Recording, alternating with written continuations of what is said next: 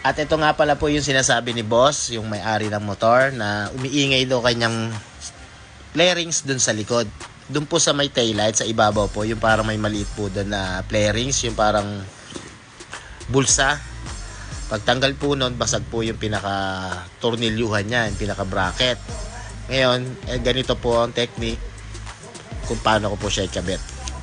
Alam nyo mga guys, dati, yung kapanahunan ko, yung kabataan ko pa, hindi talaga po nagbibigay yung mga ibang pintor ng technique nila kung paano gawin ng maganda. Wala, talagang sarili mong tiyaga.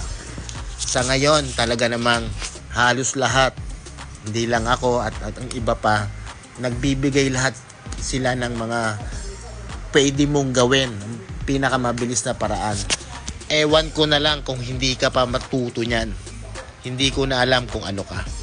Yung ginagamit ko nga pala po ng pampaso, circlip nga pala po yon.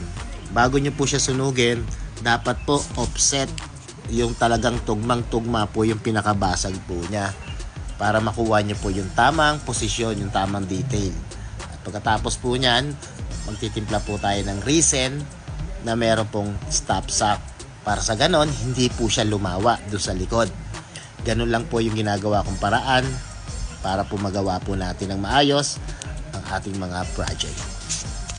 At baka sakali kung meron kang ganitong problema sa inyong flarings Honda PCX, pwede mo itong gawin mga guys, yung ganitong paraan para maayos lang po ang inyong mga flarings po ng motor. Katulad po nito, ibinabahagi ko na po sa inyo kung paano ko pong gawin.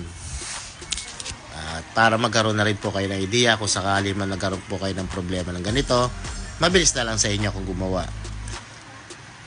I-fast forward ko na po mga guys, i-zoom nyo na lang po at slow nyo na lang po para makakita nyo po yung paano ko po siya ginawa.